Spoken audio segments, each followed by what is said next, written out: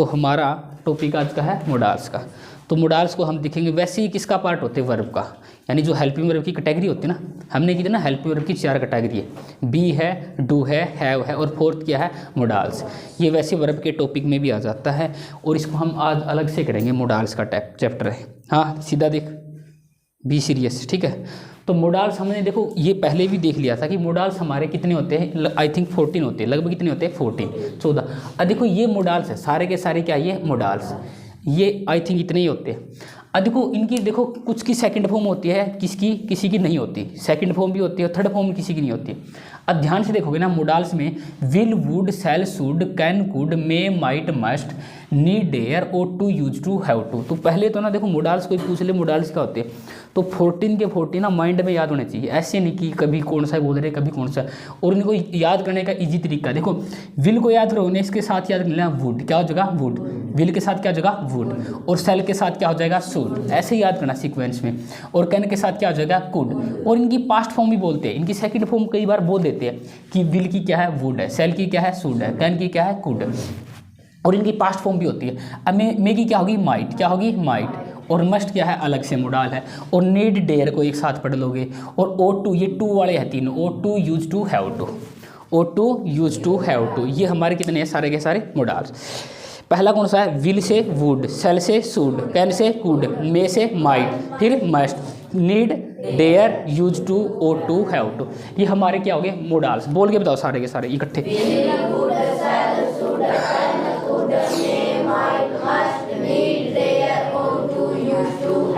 एक देखो ये सारे के सारे मोडाल है, इनको हम बोलेंगे डिफेक्टिव पीस। क्या बोलेंगे, डिफेक्टिव पीस।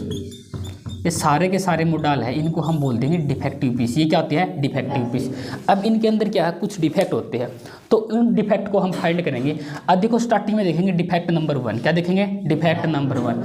अब देखो एक चीज़ देखो, जो मोडाल्स होते हैं ना, उसके बाद देखो एक कॉमन चीज़ है, जो भी मोडाल्स के बाद में वर्ब आएगी ना, तो वो कौन सी आएगी, फर्स्ट फॉर्म। मोडाल्स के बाद क्या आएगी, V1। पहली चीज़ ये याद रखना कि मोडाल्स के बाद जो भी वर्ब आएगी तो क्या आएगी, V1, यानी फर्स्ट फॉर्म आएगी। और जो मोडाल होते हैं ना, वो क्या होते हैं, हेल्पिंग वर्ब। क्या होते हैं, हेल्पिंग वर्ब। अब देखो पहला जो डिफेक्ट है ना इसका, डिफेक्ट नंबर 1, यानी ये सारे के सारे डिफेक्टिव पीस होते हैं। अब देखो पहला इसका डिफेक्ट ये है, ये सारे के सारे क्या होते हैं, हेल्पिंग वर्ब। क्या होते हैं, हेल्पिंग वर्ब, यानी सारे के सारे क्या होते हैं, हेल्पिंग वर्ब। और मैंने बता दिया किसी की तो 2 फॉर्म होती है, किसी की आती है 2। जैसे हम देखेंगे ना, विल की क्या है वुड, कैन की क्या है कुड, और 3 फॉर्म किसी की नहीं होती, 3 फॉर्म किसी की नहीं होती, और किसी किसी की 2 होती है, 3 फॉर्म तो किसी की होती नहीं। अब देखो पहला डिफेक्ट समझ में आ गया, सारे के सारे क्या हो गए, हेल्पिंग वर्ब। सारे के सारे क्या हो गए, हेल्पिंग वर्ब। और किसी की 2 फॉर्म होती है, किसी की फॉर्म 3 तो होती नहीं किसी की, ये चीज़ याद रखना। अब देखो अब ये सारे के सारे क्या होते हैं, हेल्पिंग वर्ब, 14 के 14। अब देखो इनमें कुछ अपवाद है। एक्सेप्शन का मतलब क्या होता है, अपवाद। क्या होता है, अपवाद, यानी ये कह रहे हैं कि जो नीड है, डेयर है और यूज टू है, इनको छोड़ दे दो, सारे के सारे क्या होते हैं, हेल्पिंग वर्ब। ये नीड है, डेयर है और यूज टू, ये दूसरा भी काम करेंगे, ये क्या है, हेल्पिंग वर्ब के अलावा और भी काम करेंगे। देखो अगर इनको छोड़ देना हम, नीड को, डेयर को और यूज टू को, बाकी सारे के सारे सिर्फ हेल्पिंग वर्ब बनेंगे। क्या बनेंगे, हेल्पिंग वर्ब। लेकिन नीड और डेयर ना, वो कुछ अलग बनेंगे। नीड क्या बन जाएगी, मेन वर्ब। क्या बन जाएगी, मेन वर्ब। और डेयर भी क्या बन जाएगी, मेन वर्ब। और यूज टू का दूसरा यूज होगा, एडजेक्टिव बन जाएगा। क्या बन जाएगा, ये एडजेक्टिव। तो इसने बता रखा है, देखो इनको हम बोलते हैं, आपकी बुक के अंदर कभी पढ़ोगे ना तो ये मिलेगा, मार्जिनली एक्सिलरी वर्ब। क्या मिलेगा, मार्जिनल एक्सिलरी वर्ब। देखो एक्सिलरी वर्ब का मतलब तो हेल्पिंग वर्ब होता है। क्या होता है, हेल्पिंग वर्ब। एक्सिलरी वर्ब का मतलब ही क्या होता है, हेल्पिंग वर्ब। और मोडाल क्या होते हैं, हेल्पिंग वर्ब। अब कई बार मिलेगा मार्जिनल। क्या मिलेगा, मार्जिनल। अब इस मार्जिनल का मतलब ये समझ जाना कि मार्जिनल का मतलब ये होता है कि ऐसी हेल्पिंग वर्ब, उसके 2 फॉर्म होती है, यानी 2 रूप होते हैं। ऐसी हेल्पिंग वर्ब जिसकी 2 काम होंगे। यानी देखो ध्यान से, अगर देखो नीड है ना, नीड है, ये तो पता सबको हेल्पिंग वर्ब बनेगी। और डेयर क्या बनेगी, हेल्पिंग वर्ब। और यूज टू भी क्या बनेगी, हेल्पिंग वर्ब, क्योंकि ये मोडाल से ये हेल्पिंग वर्ब तो बनेंगे। इसके अलावा जो नीड और डेयर है ना, नीड और डेयर है, ये दोनों क्या बन जाएगी, मेन वर्ब। क्या बन जाएगी, मेन। यानी इसलिए इनको बोलते हैं मार्जिनल एक्सिलरी वर्ब। कैसे, क्योंकि जो नीड है और डेयर है, हेल्पिंग वर्ब के अलावा ये क्या बन जाएगी, मेन वर्ब। क्या बन जाएगी, मेन वर्ब। और जो आपका यूज टू है, ये हेल्पिंग वर्ब के अलावा एडजेक्टिव बन जाएगा। क्या बन जाएगा, एडजेक्टिव। तो इसलिए ये 3 है ना, नीड है, डेयर है, यूज टू, तो इनको क्या बोलते हैं, मार्जिनल एक्सिलरी वर्ब, क्योंकि इनके 2 काम होते हैं। इनके हेल्पिंग वर्ब के अलावा इन दोनों का ये क्या बनेगी, मेन वर्ब। और ये क्या बनेगा, एडजेक्टिव। क्या बनेगा, एडजेक्टिव। तो आइए इन सेंटेंस को देखते हैं। अब देखेंगे ये यूज टू कैसे एडजेक्टिव बनेगा। अब देखिए सेंटेंस, अब देखो ये इसमें I use to go to school, मैं स्कूल में जाया करता था। आई यूज टू स्मोक, मैं स्मोक किया करता था। अब इधर ध्यान से देखोगे ना, यूज टू इधर क्या है, हेल्पिंग वर्ब, क्या है हेल्पिंग वर्ब, और ये क्या आपकी मेन वर्ब, और इधर भी यूज टू क्या है आपका हेल्पिंग वर्ब, और ये क्या आपकी मेन वर्ब। यानी पास्ट के ऐसे कोई काम जिसको हम क्या करते थे, किया करते थे, वो हमने छोड़ दिए, तो हम उस टाइम क्या यूज करेंगे, यूज टू। क्या करेंगे, यूज टू। जैसे मैं बोलूँ ना, I use to go to school, मैं स्कूल में जाया करता था, हिंदी में ऐसे आएगा। जैसे मैं बोलूँ I use to play marble, मैं कंचे खेला करता था। I use to play cricket, मैं क्रिकेट खेला करता था। I use to climb on the tree, मैं पेड़ पे चढ़ा करता था। यानी जो भी काम मैं पास्ट में किया करता था, ठीक है, और वो मैंने अब छोड़ दिया है, तो उस सेंटेंस में हम क्या किसका यूज करेंगे, यूज टू का। यूज टू को यूज करते हैं ना पास्ट हैबिट के लिए। किसके यूज करते हैं, पास्ट हैबिट की। यानी देखो यूज टू की आदत यही है कि पास्ट हैबिट दर्शाएंगे ना किसी की भी। जैसे मैं बोलूँ he use to go to the river, वह नदी पे जाया करता था। यानी जो भी पास्ट हैबिट है किसी की, तो उसमें हम क्या करेंगे, यूज टू। क्या करेंगे, यूज टू। तो देखो यूज टू का मीनिंग तो ये होता है जब ये किसका काम करेगा, मोडाल्स का। किसका काम करेगा, मोडाल्स का। अब इन सेंटेंस को देखो ध्यान से, इसमें क्या है, I use to go to school, की मैं स्कूल जाया करता था। ये चीज़ ना मैं किया करता था, ये मैंने छोड़ दिया। तो इस सेंस में किसका यूज करते हैं हम, यूज टू का। देखो इधर यूज टू क्या है, मोडाल्स, इधर यूज टू क्या है, मोडाल्स। लेकिन आगे वाले सेंटेंस में देखो, इसका मीनिंग निकाल के बताओ, किस किस को पता है पहले वाले का मीनिंग, इसका सोच के पढ़ के बताओ इसका मीनिंग क्या है। देखो ध्यान से देखो, इन सेंटेंस में क्या है, यूज टू मोडाल्स है, यानी हेल्पिंग वर्ब का काम कर रहा है, और इसके बाद में क्या आ गई, V1। क्या आ गई, V1, और इसके बाद में क्या आ गई, V1। अब देखो ध्यान से एक चीज़ देखो, यूज टू है ना, यूज टू, तो इसके बाद में स्लीपिंग क्यों आ गया, स्लीप आना चाहिए था ना, ऐसे आना चाहिए था ना, आई यूज टू, क्या आना चाहिए, यूज टू।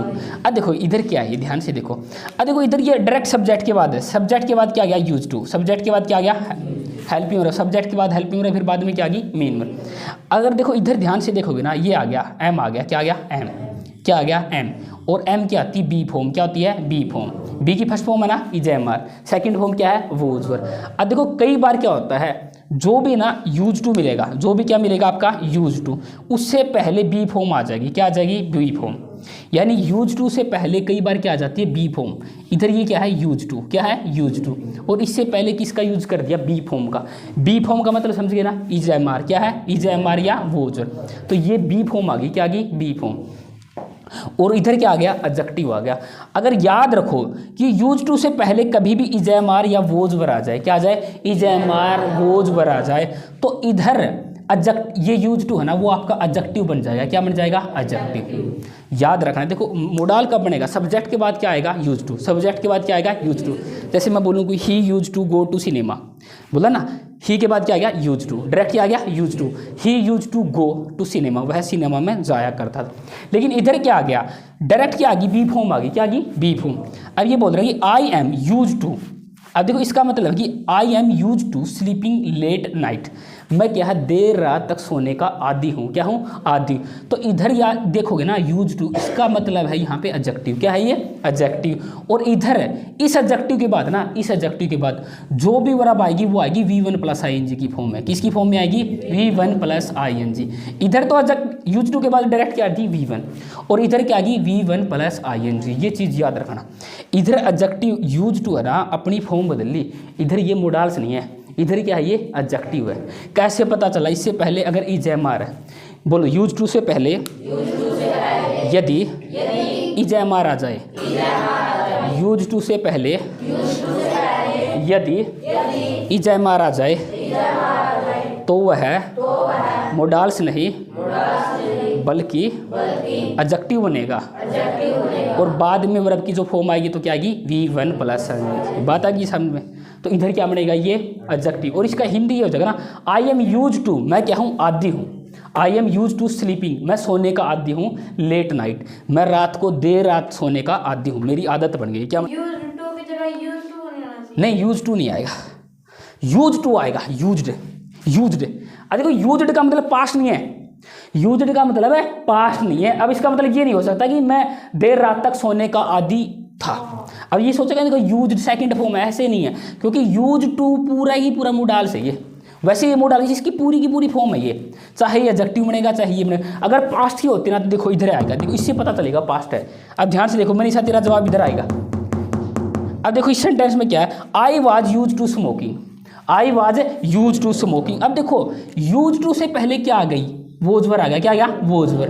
देखो मैंने बताया कि यूज टू से पहले इजेएमआर आ जाए या वोज वर आ जाए तो इधर यूज टू क्या बनेगा, एडजेक्टिव बनेगा। अब ये कह रही I use to smoking, I was use to smoking, इसका मतलब है कि मैं स्मोकिंग करने का आदी था, मैं स्मोकिंग करने का आदी था। यानी पास्ट दिखाना है ना, पास्ट दिखाना है। यूज टू इससे नहीं दिखाई देगा कि यहाँ पे यूज करो, यहाँ पे यूज टू, ये दिखाएगी, ये फॉर्म दिखाएगी। बात आ गई ना समझ में। इस सेंटेंस का मतलब क्या बन गया, I was use to smoking, मैं मतलब जो स्मोकिंग करने का आदी था, ये पास्ट बताएगा। देखो वोज ने क्या बता दिया, पास्ट, और इजेएमआर क्या बताएगा, प्रेजेंट। इजेएमआर क्या बताएगा, प्रेजेंट। अगर मैं इसी को ऐसे बोलूँ, I am use to smoking, मैं स्मोकिंग करने का आदी हूँ, और आई वाज का मतलब क्या बन गया, मैं स्मोकिंग करने का आदी था। पता है कि ना। तो इधर याद रखना ये अलग ही काम करेगा, ये इधर क्या है मोडाल्स नहीं है, इधर क्या ये एडजेक्टिव है। अगला सेंटेंस देखो फिर से, आई वाज यूज टू, देखो ध्यान से फिर से आ गया ना। देखो यूज टू ना, देखो यूज टू से पहले क्या आ गया, फिर से वोज वर आ गया, क्या आ गया वोज आ गया। तो आप समझ जाओगे इधर यूज टू किसका काम करेगा, एडजेक्टिव का। और बाद में क्या आएगी, V1 प्लस आइन जी, बाद में क्या आएगी V1 प्लस आइन। तो प्लेइंग आ गया ना, क्रिकेट, ठीक है। तो I was use to playing cricket, मैं क्या है क्रिकेट खेलने का आदी था, मैं क्या था क्रिकेट खेलने का आदी था। अगला सेंटेंस बोल के अपने आप ध्यान से, हाँ आदी हूँ, मैं किताबें पढ़ने का आदी हूँ। और था तो क्या बनेगा, I was use to reading book. तो समझ गए ना। तो इधर यूज टू किसका काम करेगा, एडजेक्टिव का, और ये क्या है मेन वर्ब। देखो सेंटेंस में इधर ये क्या बन जाएगी, मेन वर्ब। देखो ये चीज़ समझ गए ना। मोडाल सारे के सारे क्या होते हैं, डिफेक्टिव पीस। क्या हो गए, डिफेक्टिव पीस। अब देखो अगली चीज़, देखो कुछ सेंटेंस देखो, मैं लिख दिया आई एम ए टीचर। अब देखो आई क्या इसमें सब्जेक्ट, एम क्या इसमें मेन वर्ब। अब ये कह रहा है कि ही हैज़ 2 काउज, उसके पास क्या है 2 गायें। इधर हैज़ क्या आपकी मेन वर्ब, और इधर राम क्या आपका सब्जेक्ट, और राम वोज क्या इधर मेन वर्ब, और ये क्या है एन इंजीनियर। अब इसमें ध्यान से देखोगे ना, जो इजेएमआर है और ये देखो ये सारे के सारे क्या होती है, हेल्पिंग वर्ब भी होती है। क्या होती है, हेल्पिंग वर्ब। पता है ना, इजेएमआर क्या होती है, हेल्पिंग वर्ब। वोज वर्ब क्या होती है, हेल्पिंग वर्ब। हैज क्या होती है, हेल्पिंग वर्ब। और देखो इनकी एक चीज़ और बताई थी, ये मेन वर्ब भी बन जाती है। क्या बन जाती है, मेन वर्ब। इधर तीनों जो एम है और हैज है और वोज है, ये तीनों इधर क्या बन गई, मेन वर्ब। लेकिन मोडाल्स क्या है, अब देखो कुछ सेंटेंस लिख दिया मैंने। अब ये आए क्या है, सब्जेक्ट, उधर कैन मेन वर्ब बन सकती है। ध्यान से देखो ना, देखो क्योंकि ये हेल्पिंग वर्ब है, ये सारी की सारी क्या है, हेल्पिंग वर्ब है। अगर कंडीशन ऐसी आ जाए तो ये क्या बन जाएगी, मेन वर्ब। देखो ये क्या बन गई, मेन वर्ब। तो मोडाल्स क्या मेन वर्ब बन जाएगी, नहीं बनेगी ना। तो मोडाल्स इधर क्या नहीं बनेगी, मेन वर्ब। तो मोडाल्स तो क्या रहेगी, हेल्पिंग वर्ब। क्या रहेगी, हेल्पिंग वर्ब। अगर इसको सेंटेंस को कंप्लीट करना है तो कैसे आएगा, आई कैन डू इट। क्या करेंगे, do it, I can do it. तो डू इधर क्या बनेगी, मेन वर्ब। देखो इसका डिफेक्ट नंबर 2 ये है, सबसे बड़ा डिफेक्ट ये है कि ये क्या नहीं बनेगी, मोडाल्स हमेशा क्या बनेंगे, हेल्पिंग वर्ब। क्या बनेंगे, हेल्पिंग वर्ब। और ये कभी भी क्या नहीं बनेंगे, मेन वर्ब। क्या नहीं बनेंगे, मेन वर्ब। और किसको छोड़ दें तो नीड और डेयर को, यानी नीड और डेयर ऐसे मोडाल्स है वो कई बार क्या बन जाते हैं, मेन वर्ब।